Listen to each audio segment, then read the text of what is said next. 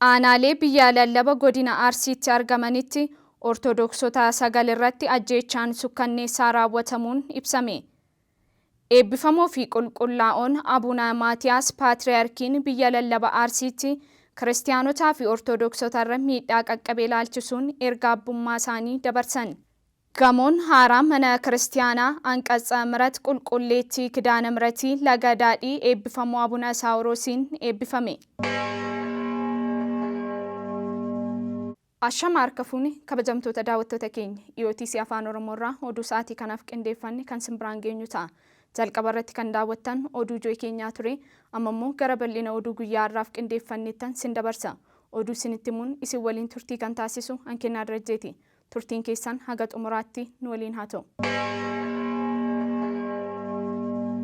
Aanaalee biyya lallaba godina Arsiitti argamanitti Ortodoksota 9 irratti ajjeechaan raawwatamuu ibsuun biyyi lallabichaa mana lubummaa waliigalaa teessoo Paatriyaarkii fi qulqulluun Siinodoosiin mootummaa waliin mari'achuun furmaata ariifachiisaa akka kennaniif gaafate. Miidhaa qaqqabii kanaanis manni kiristaanaa tokko guutummaatti gubachuu fi Ortodoksota 280 ol ta'an naannichaa buqqa'uun isaanii gabaafameera. Biyya lallaba godina Arsiitti aanaaleen argaman kanaan dura godinichatti gubachuu mana kiristaanaa, ajjeechaa kiristaanotaa fi mancaatii qabeenyaa ilaalchisee rakkicha furuuf qaamolee mootummaa waliin mariin yeroo dheeraaf taasifamaa akka ture ibseera. Sadarkaa mana lubummaa waliigalaattis hooggantoota mootummaa olaanoo waliin mariin ta'ee furmaata yeroo dheeraa akka argatu gabaasamuusaa yaadachiiseera. Biyyi lallabichaa xalayaa mana lubummaa waliigalaa teessoo Paatriyaarkii fi qulqulluu Siinodoosiif barreesseen ta'us rakkoon kun itti fufee caamsaa 23 2018 aanaa Sarakaa keessatti mana kiristaanaa qulqulluu Gabri'eel Xalaataa waggaa 101 kan lakkoofsisee fi qabeenya biyyattii kan ta'e guutummaatti hidhattootaan barbadaa'eera. Jiraattonni araddaa qulqulluu Gabri'eel kan ta'an Ortodoksonni 9 haala sukkanneessaan hidhattootaan ajjeefamaniiru. Mana kiristaanaa Fayyisaa Addunyaa Koree Kuftallee dabalatee tajaajilli hafuuraa kan itti kennamaa turee fi manneen keessummeessaa guutummaatti hidhattootaan barbadaa'uunis ibsamee jira. Aanaa Sarakaa keessatti bakkeewwan akka Xalaataa, Kaarraa Kuftee, Zadiibuu, Irreechaa Qulqulluu Mikaa'el, Suntee Qulqulleettii Maariyaam, Bongoodoo Aabboo, Leencaa Odaa, Jiinsuu fi Kwaas Meedaa jedhamanitti manneen kiristaanotaa guutummaatti barbadaa'anii walumaa galatti maatiiwwan 280 ol ta'an naannoo isaanii gadhiisanii godaananiiru. Godinichatti aanaalee akka Shirkaa, Heexoo, Qoree fi kanneen biroo keessatti gochi buqqisuu fi dararaa hidhattootaan raawwatamaa jiru jabaatee itti fufeera. Manni lubummaa waliigalaa fi qulqulluun Siinodoosiis biyya lallaba kanatti mancaatii mana kiristaanaa fi ajjeechaa amantootaa waggootaaf ture kana akka dhaabsisuuf qaamolee mootummaa waliin mari'achuun furmaata yeroo dheeraa akka kennaniif gaafateera. Dabalataanis biyyi lallabichaa abbootiin kawaalotaa godinicha kadhannaadhaan akka yaadataniif karaa mana lubummaa waliigalaan qajeelfamni akka dabarsamuuf gaafateera.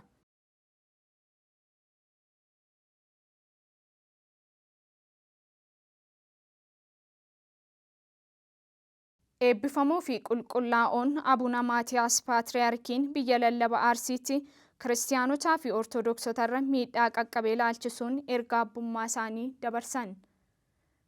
Eebbifamoo fi qulqullaa'oon Abuna Maatiyaas Paatriyaarkiin duree Phaaphaasota Itoophiyaa hangafa Phaaphaasii Aksum teessoo Abbaa Takla Hayimaanoot biyya lallaba Arsiitti kiristaanotaa fi Ortodoksota irra miidhaa qaqqabee ilaalchisuun ergaa abbummaa isaanii dabarsaniiru. Biyya lallaba Arsii aanaalee Asaakoo, Shirkaa, Honqolloo, Waabee fi Muneessaatti ijoollota keenya kan hafuura qulqulluu fi qulqulleettii mana kiristaanaa irratti gochaa sukkanneessaa raawwatame yeroo dhageenyu gadda guddaadhaani. Mirgi amantii sarbamee waggaa 100 kan lakkoofsise manni kiristaanaa qulqulluu Gabri'eel Xalaataa gubachuu, manni kiristaanaa Fayyisaa Addunyaa Karaa Kuftee ammoo saamamuun isaanii guyyaa hamaa kana keessa amantoonni hedduun akka malee wareegamuu fi lammiileen keenya dhibbaan lakkaa'aman mana isaanii irraa buqqa'uun isaanii taatee mana kiristaanaa keenya gadda guddaa keessa galchedha. Manni kiristaanaa kan nagaa, jaalalaa fi seenaa of keessatti qabatte kun yeroo rakkoo keessa jiran kan jajjabeessitu, ofii ishee qormaata keessa seenuun ishee akkasumas godina Arsii irratti miidhaan deddeebi'ee mul'atu kun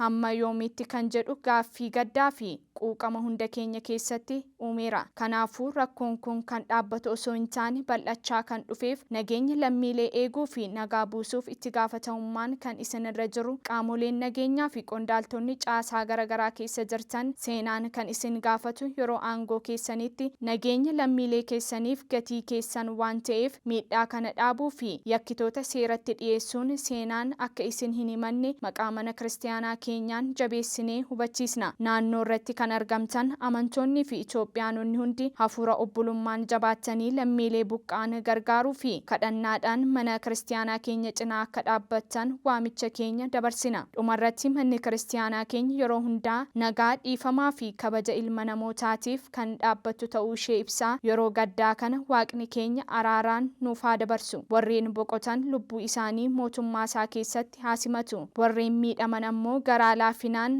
isaan haa jabeessu jechuun ergaa gaddaa abbummaa keenyaa maqaa Waaqayyootiin dabarsina jechuun qulqullummaan isaanii ergaa gaddaa dabarsaniiru. Qulqulluun Paatriyaarkii Vaatikaanitti itti gaafatamaa kutaa teessoo qulqulleettii manneen kiristaanotaa bahaa eebbifamoo kaardinaala Kilaawudiyoo Guujarootiin waajjira isaaniitti simatanii haasofsiisan.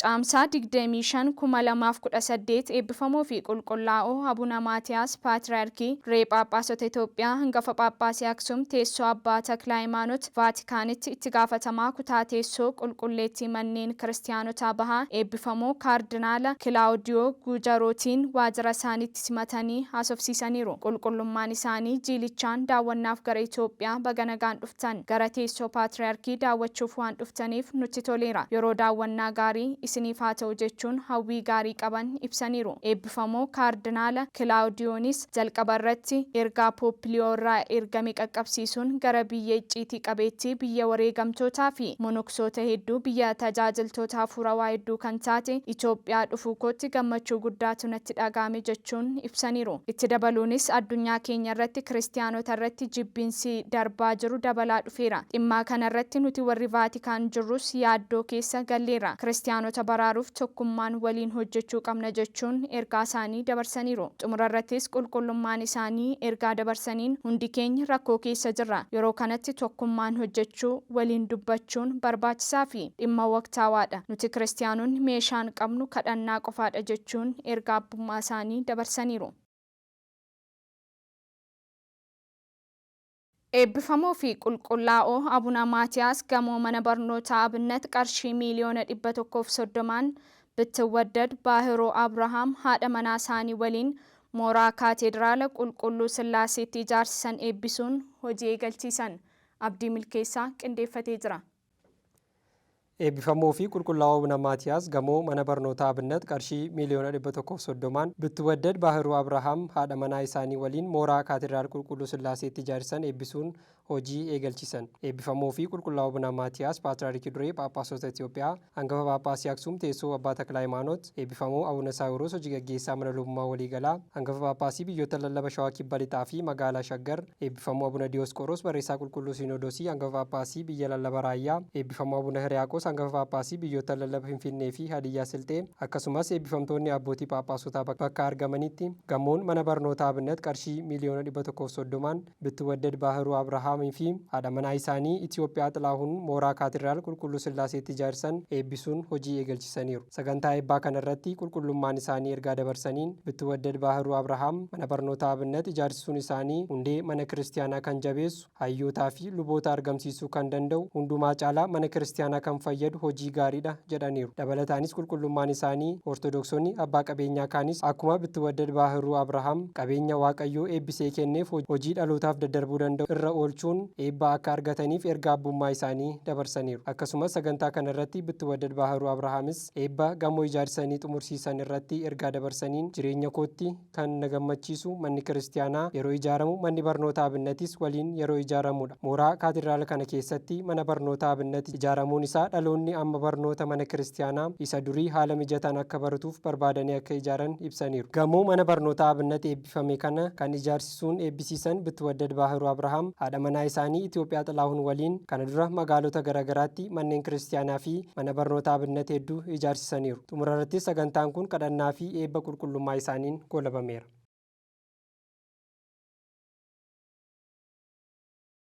Gamoon haaraa mana kiristaanaa Anqatsa ምህረት qulqulleettii Kidaana Mihretii Laga Daadhii eebbifamuu Abuna Saawuroosiin eebbifame.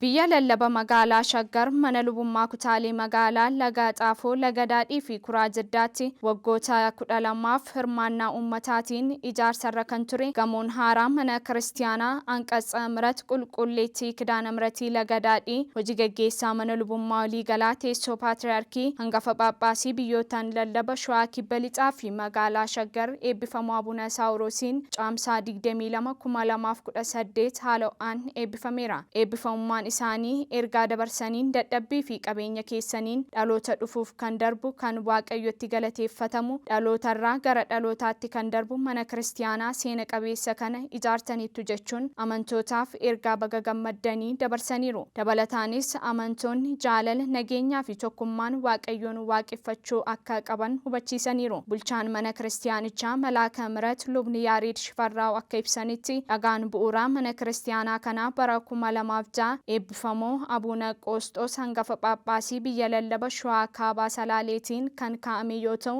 ijaarsisaa erga jalqabamee waggoota 12 kan fudhate akka xumuramuuf hordoffii guyyaa fi qajeelfama kennuun xumuramee eebbaaf akka qaqqabu kan taasisan eebbifamoo Abuna Saawuroos ta'uu ibsaniiru. Xumurarratti ijaarsa gamoo mana kiristaanichaaf qaamolee beekumsaan humnaan maallaqaan gumaacha olaanaa taasisaniif waraqaan galateeffannaa fi badhaasni karaa eebbifamummaa isaanii kennameera. Sagantaa eebbaa mana kiristaanichaa irrattis hojii gaggeessaa kutaalee magaalaa Laga Xaafoo Laga Daadhii fi Kuraa Jiddaa Burraayyuu Gafarsaa Gujee Malkaanonnoo akkasumas biyya lallaba magaalaa Finfinneetti hojii gaggeessaa mana lubummaa Lammii Kuraa Malaaka Haayil Qomoos Abbaa Afoorqee Yohaannis Hayyuu Afaanii Luba Badhaasaa Tolaa hojii gaggeessaa kutaalee mana lubummaa Kooyyee Faccee fi Galaan keessummoonni kabajaa fi amantoonni hedduun argamaniiru.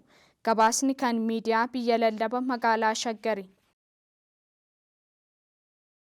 Gamoon mana kiristaanaa Qarsaa Fayyisaa Addunyaa waggoota hedduuf ijaaramaa ture xumuramuun haala ho'aan eebbifame. Biyya lallaba Shawaa Kibba Lixaa mana lubummaa aanaa Da'oo jalatti kan argamuu fi waggoota hedduuf ijaarsisaa gaggeeffamaa kan ture gamoon mana kiristaanaa Qarsaa Fayyisaa Addunyaa xumuramee caamsaa 22/2018 haala ho'aadhaan eebbifameera. Sirna eebbaa kanarratti hojii gaggeessaan biyya lallaba Shawaa Kibba Lixaa Maggaabee Xibabaat Damissoo Marshaa Malaaka Salaam Qomoos Abbaa Kinfaa Gabri'eel Dibaabaa hooggantoonni hojii kutaa lallabaa fi mana lubummaa aanaa jaarsoleen biyyaa akkasumas keessummoonni adda addaa bakka argamanitti eebbifamee tajaajilaaf banaa ta'eera. Guyyaa kana hojii gaggeessaan biyya lallabichaa Maggaabee Xibabaat Damissoo Marshaa ijaarsi mana kiristaanaa kun xumuramee guyyaa kana eebbaaf akka ga'uuf amantoota deeggarsa olaanaa taasisan koree misoomaa fi qaamolee dhimmi ilaallatu hundaaf galata dhiyeessuun itti dabaluudhaanis amantoonni iddoo qulqulluu ijaaran kana tajaajila hafuurawaa fi hojiiwwan misoomaatiin cimsanii akka itti fufsiisan waamicha dhiyeessaniiru. Maddi oduu miidiyaa biyya lallaba Shawaa Kibba Lixaati. Kabajamtoota daawwattoota keenya EOTC Afaan Oromoorraa oduun sa'aatii kanaaf isiniif qindeeffan haga ammaatti kan daawwattan ture. Oduu isinitti himuun isin waliin turtii kan taasise Ankennaa Dirajjeeti. Qophiilee EOTC Afaan Oromoo biroo waliin yeroo gaarii.